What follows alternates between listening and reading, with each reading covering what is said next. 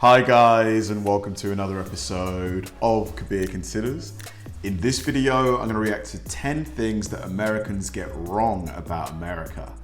Now, this should be an interesting one because from everything I've learned over the course of this channel about America, it definitely seems that Americans are, on average, really clued up about the history, about, how they came to be and things like that. So to think that there are at least 10 things that a lot of Americans get wrong about the country, whether it be aspects of history or culture or maybe geography, it's kind of interesting. So it's going to be fun to see what makes it onto this list. I wonder if there'll be things that I'll be like, oh yeah, things that maybe I myself have got wrong, although I can kind of forgive myself a little bit considering I'm not American, so I'll cut myself a little bit of slack if that happens.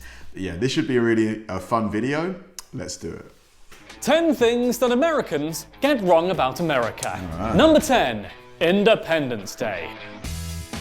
Independence Day, the anniversary of the publication of the Declaration of July, Independence of the United States. It's a big deal to the US, but which date is it? A lot of you would say the 4th of July, but guess what? That isn't the true Independence Day at Really? all. It's actually the 2nd of July upon which Continental Congress liberated the heck out of America. That's because it was on this day that Continental Congress voted for independence. Right. It's believed that the occasion is celebrated on the 4th because that's the day when the revised version of the Declaration of Independence was adopted. It's all because of boring bureaucratic reasons. The fact that Americans celebrated this on the 4th would certainly come as a surprise to the founding fathers, especially John Adams, who wrote that the 2nd of July, 1776 will be the most memorable poker in the history of America. Interesting. Well, turns out maybe not as memorable as you would have liked, sir. But what may be even more surprising... That's fascinating, because I would have thought that, if the 2nd of July is the date that's actually written into the document,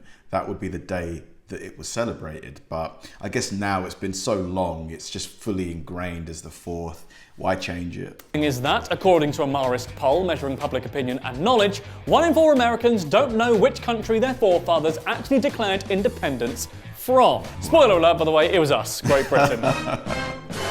Sorry about all that. 77% correctly identified Great Britain, but France, Mexico and Germany were frequently given as answers in the poll, with some even suggesting Afghanistan, China and Russia. Number 9, the best country in the world. According to the Pew Research Center, almost a third of Americans say that the US stands above all other countries in the world. Only a third? I would have thought that number would be way higher. Sorry guys, but this isn't necessarily true. The United States now ranks 27th in the world for healthcare and education, according to Business Insider. These have both significantly declined from 1990, when the nation ranked 6th. Really? 27th? I'd love to see what that study was based on. Because maybe, I don't know, in terms of cost, but in terms of quality, I doubt America's 27th. You should be way higher. It's a big thing. This is because America's scores declined in educational attainment, potentially as a result of a decrease in spending. The top spots for these categories were both occupied by Finland in 1990 and 2016. To add insult to injury, in the most recent United Nations World Happiness Report, the United States only just scraped into the top 20 happiest countries in the world, coming in 18th place. By the way, Finland yet again topped the leaderboard for that one, being the happiest country in the world to live in. And not even the famous US economy can make up for those downfalls anymore. According to Huffington Post, the world's best economy now belongs to Switzerland, not Finland this time, with the States coming in 3rd place. Well, the States is the best country being American though, so I guess you have that at least. Number 8. Maybe in terms of like GDP per capita, per person. But Switzerland, I've been to Switzerland, it's extremely expensive. Yeah, they make good money over there, but if you're spending 25, Swiss francs or euros on a Big Mac meal, dude, it's so expensive there. Oh, say can you hear? Ladies and gentlemen, please rise for our national anthem. You're probably very used to hearing that announcement at the start of most sporting or civic events in the States. The performance of the national anthem is an integral part of American culture and pretty much the epitome of Americanness. But ironically, the Star-Spangled Banner isn't actually American at all. At least, the melody isn't anyway.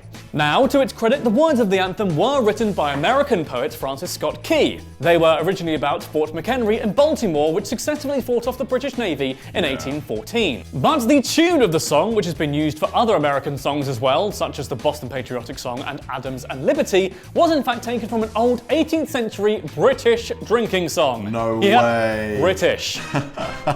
That song was To Anacreon in Heaven. Its composer was John Stafford Smith, and the lyrics were written by fellow Brit Ralph Tomlinson, president of the Anacreon Society. In case you're wondering, the Society was a popular gentlemen's club in London whose members were dedicated to wit, harmony, and the god of wine. Not a bad place to rip off your national anthem, I suppose. Number 7. To be fair, it kind of makes sense considering the storied history between the US and America. Something like this was bound to happen. For Liberty.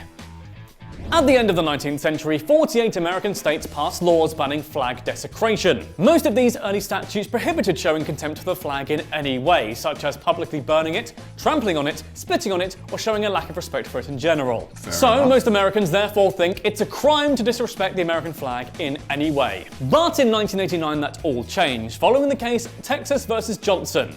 Johnson had been convicted by a Texas court for violating a state law that prohibited the desecration of a venerated object, such as the US flag. The US Supreme Court eventually ruled that preventing someone from burning the flag is in fact a violation of the First Amendment. As a result, it affirmed the right to desecrate the flag as a form of free speech. Before you just start torching it willy-nilly though, the practice is still illegal in some special circumstances, such as at military funerals. Trump himself doesn't necessarily agree with this right though. In November 2016, the president tweeted, "Nobody should be allowed to burn the American flag. If they do, there must be consequences, perhaps loss of citizenship, or a year in jail." No word on that being instilled into law yet though. He seems to have bigger things to worry about. Number 6.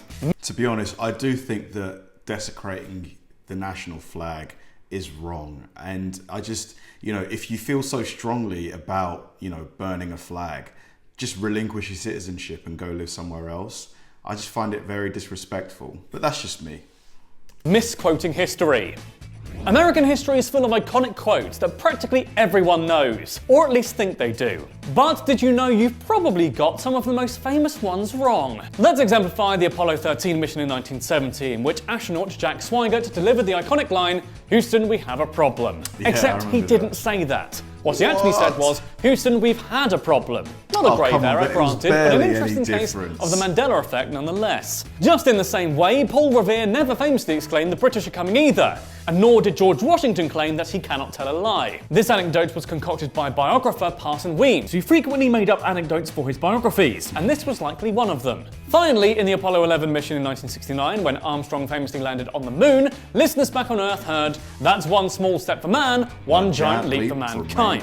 But Armstrong maintained afterwards that he actually said, "That's one small step for a man," and that the A had been lost in transmission.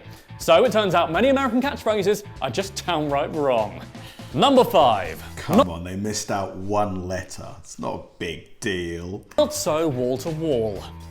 On the 24th of October 1929, the United States stock market notoriously crashed, a date now known as Black Thursday. One of the biggest myths surrounding the crash was that investors jumped out of the windows of their high-rise office buildings after realizing that they were financially ruined. Oh my God. It is true that the rate of self-inflicted death increased in the United States during the Great Depression, but that's across the entire nation, so not as a result of the stock investors on Black Thursday. Right. So where did this awful rumour originate from? Well, on the day after Black Thursday, one man jumped out of a window of a high-rise building. Just one. Of course, such a tragedy made the news, but it was because of newspaper columnist Will Rogers that people believed this type of activity was much more widespread than it actually was. He wrote, "When Wall Street took that tailspin, you had to stand in line to get a window to jump out of, and spectators were selling space for bodies in the East River." Oh my God, it's just exaggeration at its worst. Which, yeah, wasn't true. This sensational myth is in circulation to this very day because of this one false report. That's wild. Number 4. Isn't it crazy how one person saying something can just snowball and snowball to the point where it's just widely accepted as truth? Inventors.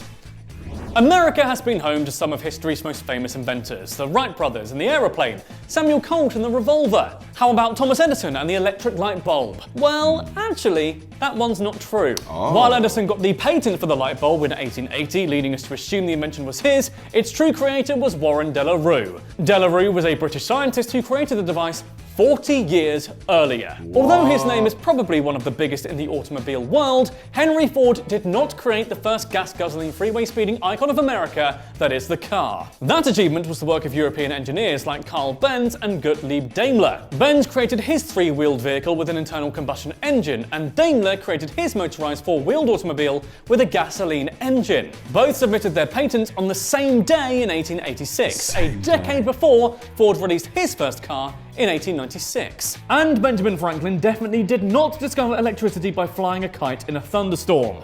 Electricity was already a known phenomenon in Franklin's time, since static electricity was discovered by the ancient Greeks. So, sorry America.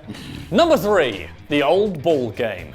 As any devout fan will tell you, Cooperstown is synonymous with America's favourite pastime, baseball. That's because it was where the national sport was born when it was created by Abner Doubleday in 1839. But yeah, guess what? This history is in fact a fabrication conjured up in 1907 by the Mills Commission, who issued a report asserting that baseball was invented in this New York village. Their conclusion was based on nothing more than a testimony from mining engineer Abner Graves, but it's been discounted by One person's testimony. historians. Of course, baseball was based, no pun intended, on the English game of rounders, but the game as we know it today was in fact the brainchild of New Yorker Alexander Cartwright. Cartwright invented the modern baseball field in 1845 after playing a similar game on a plot in Manhattan. He then created the New York Knickerbocker Baseball Club, and he and his fellow players created the first rules for the modern game. The first recorded baseball game was in 1846 when Cartwright's Knickerbockers lost against New York Baseball Club. Wow, 1846. Almost 180 years ago. That's crazy, isn't it? And then in 1858, the first organised baseball league was formed. Number 2, hard cheese. While the bald eagle and American bison are officially recognised as the national animals of the United States, unofficially we'd say that Mickey Mouse is definitely up there too. Anecdotes say that Mickey was based on a mouse that Disney had trained to do tricks himself, while others say he first came about when Disney drew his pet mice when writing to his niece. According to Walt Disney himself, the idea of Mickey came to him while on a train in 1928. But the truth of the matter is, that's all poppycock, and that Disney did not create the iconic mouse. In fact, Disney as we know him today was actually created by Disney animator Ub Iwerks. Iwerks has been dubbed the forgotten man of Disney, and with good reason. After losing the rights to Disney's first creation, Oswald the Lucky Rabbit, Walt asked Iwerks to come up with a new character, and Mickey was born in 1928. But over the years, Iwerks felt he wasn't getting enough credit for his creation and left the company. He did eventually come back, but he refused to work in animation again. I've heard this theory that Walt Disney apparently has like been cryogenically frozen. But then Disney wanted people to stop talking about that. So then they created the movie Frozen, so that if anybody Googles Walt Disney Frozen, it would show the movie Frozen. Like that would be the thing that dominates the search results. Do you guys believe that? I'm not sure, but hey, it could be true. Number 1, in the beginning. Let's end where it all began, with the first president, George Washington. Or the sort of first president. According to Time magazine, 94% of those asked in a study remember George Washington as America's first president. But they're all technically wrong. He wasn't the first. In fact, he wasn't even one of the first. During the American Revolution, several presidents were elected by the Continental Congress. The first was Peyton Randolph, whose most notable achievement was the creation of the Continental Army. Then there was Thomas Mifflin, who was president between 1783 and 84. Among his achievements was that he oversaw the ramification of the Treaty of Paris. Then came John Hancock, who became famous for signing the Declaration of Independence during his time as president between 1785 and 1786. We won't go through all of them, but the difference here is that George Washington was America's first president to be elected by the people. This was in 1789, when the US Constitution gave the rights for citizens to vote for the electors, who in turn vote for the president. But technically speaking, George Washington was not the first president of the United States. He was the 15th. So that was 10 things Americans get wrong about. Great video. I definitely learned a couple of things here. I would say that a few of the entries are more things like technicalities and, you know, little tidbits of like, for example, the quotes from Neil Armstrong, the one where he actually said it's one small step for a man, one giant leap for mankind. And, you know, maybe because of the vast distance between the moon and Earth, you know, the A got like maybe muffled out. I think that's something that, you know, it's just such a small, tiny little bit of, you know, of minutia. It's like, what's the big deal? But then the other one where the Independence Day is actually on the 2nd of July, I do think that that one's actually kind of a big deal. Like, just because apparently in the document, you know, the document that was written, it clearly states that on the 2nd of July, you know, America became independent, etc., etc. I would have thought that, you know, that would definitely be the day that, you know, America did celebrate independence. But hey, you know, I guess the 2nd, the 4th, there's only 2 days between them, and it's still celebrated. So again, it's not a huge deal, but I just found that because it says so explicitly that it's the 2nd, that would be the day that it was celebrated. But I don't know, what do you guys think of that? Thanks for watching, guys, and I'll see you in the next one.